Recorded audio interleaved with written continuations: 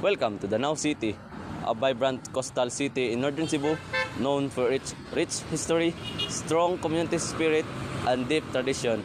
And today we are about to explore the life and legacy of Mano Amon, a figure whose vision continues to inspire generations.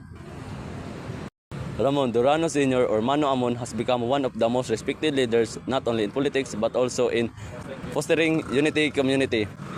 His commitment to public service helped shape the identity of this city, so seeds for community event that endures this day. One of Mano Amon's most enduring legacies is the annual Halad kang Mano Amon Run, a community fun run that has grown into one of Cebu's most anticipated local sporting events beginning decades ago.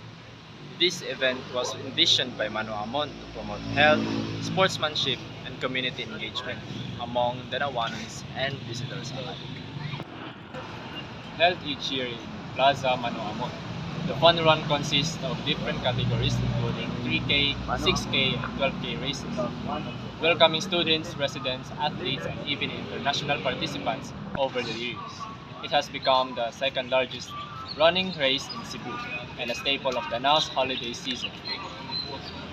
Here, once a modest grassroots activity, the event now draws thousands of runners, reflects a growing passion for fitness, and continues Mano Amon's dream of building competitive runners right here in Cebu, Danao City. But the legacy of Mano Amon is more than trophies and medals. The run has become a symbol of community pride, capturing the spirit of unity across generations. From its early years of free registration, medals, and shirts to today's capacity crowds, the Halad kang Mano Amon embodies the values Mano Amon held dear: resilience, camaraderie, and shared achievements from Sunstar Publishing Incorporated. Year after year, the Danawanans gather not just to compete, but to celebrate their heritage and honor the vision of a leader who believed in the power of people coming together. Even outside the race, Mano Amon's influence lives on in local traditions and the enduring pride of this coastal city. Danao City. As runners cross the finish line, they carry more than a time record.